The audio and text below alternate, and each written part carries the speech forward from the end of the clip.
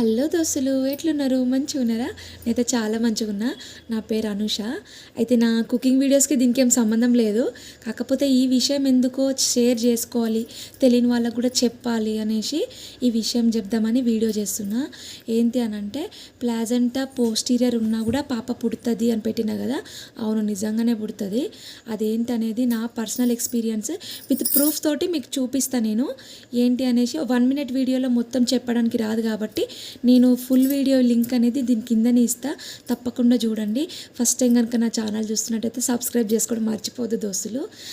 అయితే ఏంటంటే, పోస్టీరియర్ ఉన్న పాప పుట్టింది నాకు, యాంటీరియర్ ఉంటే కూడా కొడుకు పుడతారు చాలామందికి. ప్లాజెంటా యూజ్ చేసి జెండర్ ప్రెడిక్ట్ చేస్తారు కదా, అది 99% రాంగ్. ప్లాజెంటా అనేది మాయ.